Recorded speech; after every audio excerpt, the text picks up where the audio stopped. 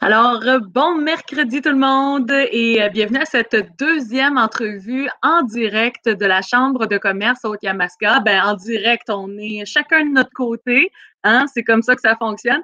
Et aujourd'hui, on est en compagnie, en fait, du président de Vêtements SP, M. Steve Bérard. Bonjour, Steve.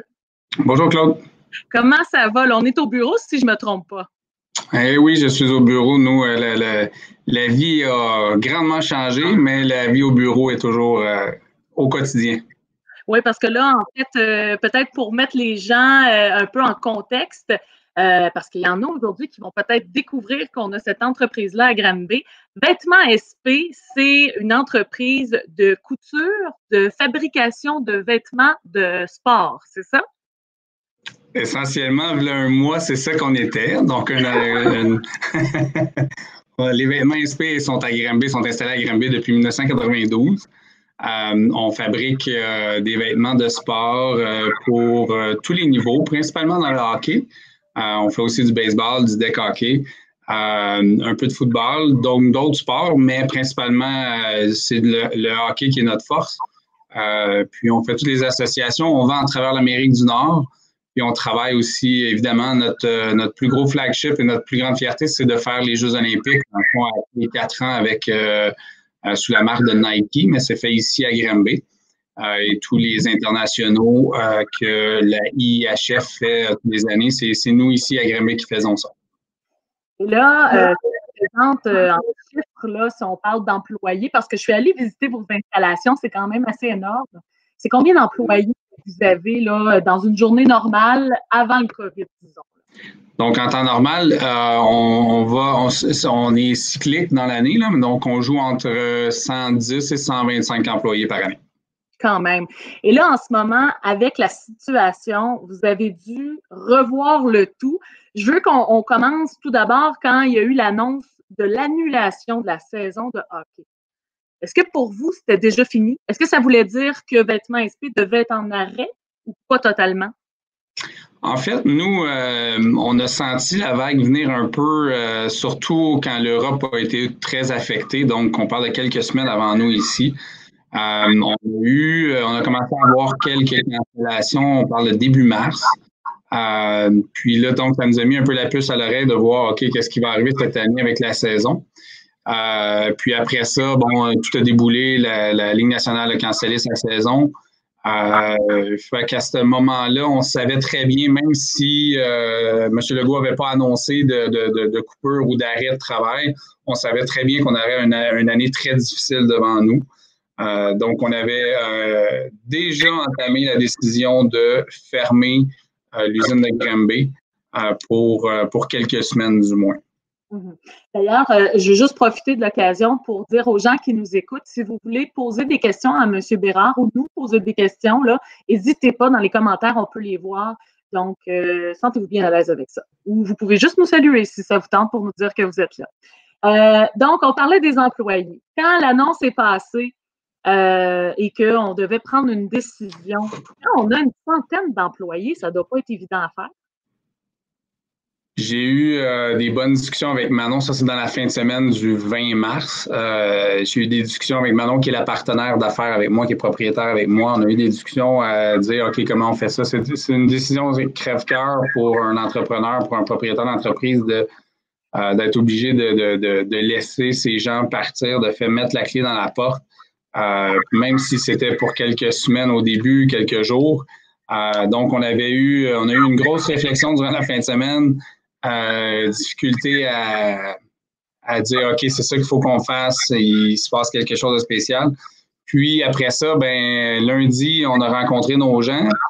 Puis le lundi midi, M. Legault annonçait la fermeture. Fait qu'on a rencontré nos gens 2 fois, en fait, à Granby pour leur dire, le matin, on leur annonçait qu'on fermait par notre décision, puis le midi, on annonçait que c'était pas notre décision finalement, qu'on était obligé de fermer. On aurait dû attendre une demi-journée, on aurait été correct, mais non, de blague à part, ça a été une journée très, très, très émotionnelle le 23 mars pour l'équipe, mais je vous dirais qu'en même temps, les gens s'en attendaient, les gens comprennent, puis les gens veulent surtout aussi aider à sauver la compagnie, l'entreprise, qu'on passe à travers la crise. Donc, c'était compréhensible à ce moment-là.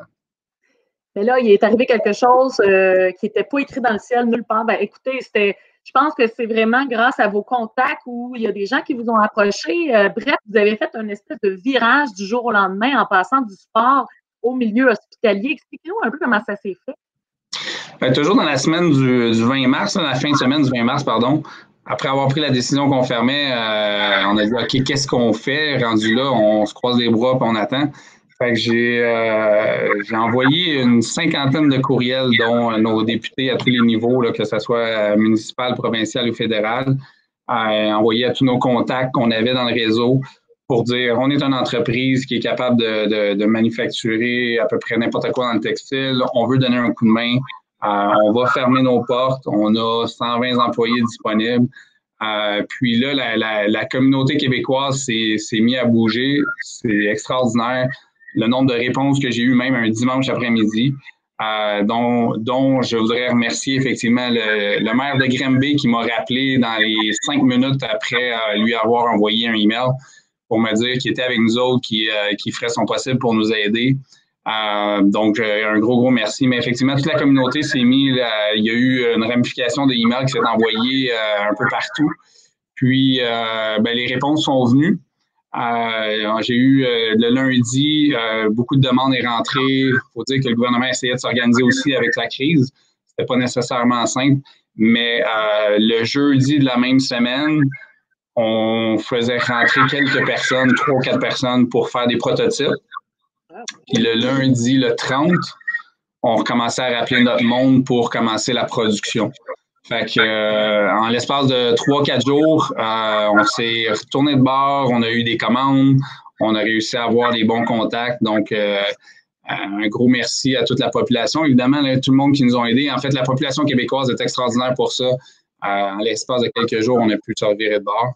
Puis, gros chapeau aussi à l'équipe ici, à l'interne, qui ont été capables de se revirer de bord parce qu'une production, c'est une production totalement différente. Là, produire un chandail de hockey qui est très spécialisé, très spécifique, tandis que là, on est dans de la production de masse. Donc, c'est de la production à la chaîne. Nos employés n'étaient pas habitués à ça, mais puis il fallait aussi s'adapter à la fameuse distanciation de 2 mètres. Donc, il a fallu déplacer nos machines. En fait, l'usine en ce moment est un espèce d'échiquier de machines un peu partout. C'est pas très organisé comme c'est d'habitude. Et là, ça fait en sorte que vous avez pu réengager les employés, mais pas tout le monde. Là. Il n'y a pas une centaine d'employés en ce moment dans l'usine. Non. Ici, à Granby, on est rendu à 39 employés. C'est pas parce que la demande n'est pas là, parce qu'on pourrait ajouter beaucoup plus de monde que ça. C'est à un moment donné aussi, on est limité dans le nombre de machines qu'on a de disponibles pour produire ce type de produit-là. Dans les 120 employés, j'ai des spécialités, évidemment, qui est de la décoration ou de la sublimation qui vont amener des couleurs à un chandail. C'est pas du tout ce qu'on a besoin en ce moment. Donc, effectivement, on a principalement du taillage et de la couture. Donc, ça représente 39 employés. Puis, avec les modifications que vous avez apportées aux machines et tout ça, est-ce que ça a demandé beaucoup d'adaptation pour les employés qui sont là en poste en ce moment? La première semaine, c'est pas tout le monde qui était content. Parce que oui, effectivement, c'est de l'adaptation. C'est un produit complètement différent au toucher, à la manipulation. Donc, il a fallu adapter nos machines. Bien que, contrairement à d'autres secteurs, nous, les machines à coudre, en fait, c'est les mêmes machines à coudre. Il a fallu adapter certaines choses parce que une couture d'un chandail de hockey n'est pas la même qu'une couture pour une veste de protection. Donc, il a fallu adapter les machines, il a fallu adapter nos techniques de couture, mais en tant que tel, ça s'est fait en l'espace de quelques jours, on était prêt à partir la production. OK. Et je pense que c'est pas à la veille d'être fini, là. Je pense que vous allez continuer encore un bon bout de temps. Bien qu'on aurait le droit de repartir les usines à partir du 11 mai, notre usine va être ouverte, effectivement, elle l'est déjà, mais on va continuer la production de blouses de protection encore quelques semaines. La demande est là, puis l'objectif, c'est d'aider le plus possible les gens qui travaillent dans le milieu hospitalier ou dans la c'est vraiment l'objectif. Donc, est-ce qu'on priorise d'habiller un joueur de hockey ou d'habiller un médecin? En ce moment, effectivement, notre conscience fait qu'on va continuer les blues pendant quelques semaines. Puis nos clients qui sont principalement CCM, Bauer puis Nike sont 3 joueurs qui sont aussi impliqués dans la cause. Donc, on a déjà eu des discussions préliminaires avec eux. Ils sont très, très conscients puis ils sont très fiers que leurs partenaires participent à la cause. Donc, on va travailler avec eux pour savoir le plan de relance, quand est-ce qu'on relance les produits de sport. Et il ne faut pas se le cacher non plus, on ne sait pas quand est-ce que le sport va repartir. On est toujours en attente que ça soit partout en Amérique du Nord. C'est un gros défi de savoir quand le sport va repartir. Ça, c'est vrai, mais je pense que ça va nous faire du bien quand ça va revenir, par exemple. Bien, je pense qu'on en a tous de besoin aussi, ouais. Oui. Écoute, c'est déjà terminé pour notre entrevue. On essaie de faire ça en court temps parce qu'on sait aussi que vous êtes super gros occupés, mais une chose est sûre, puis je pense que je ne suis pas la seule à le dire, on est fiers de voir qu'une entreprise de Granby a su se réinventer comme ça. Et de ce que vous dites, moi, ce que je retiens, c'est oser écrire aux gens, à des gens importants pour demander s'ils ont besoin de quoi que ce soit, de connaître ses forces en tant qu'entreprise, parce que vous autres, vous avez misé sur tout ce qui est le textile, puis toute votre équipe de spécialistes là-dedans, et aussi de s'adapter, donc d'être capable de modifier son espace de travail pour pouvoir s'adapter à la situation. Fait que Steve, ça a été vraiment intéressant comme entrevue. On en a appris beaucoup, puis sérieusement, c'est le fun de vous voir aller. On a mis le lien de l'article qui a paru dans la presse dans l'entrevue, en fait, qu'on a fait. Là, on a mis le lien. Donc, les gens pourront y jeter un œil. Puis lâchez pas. Ça va bien aller, comme on dit. Merci beaucoup, Claude. Donc, on vous laisse retourner au boulot, puis on se tient au courant, bien entendu. Bye, Steve. Merci beaucoup. Au revoir. Bye bye.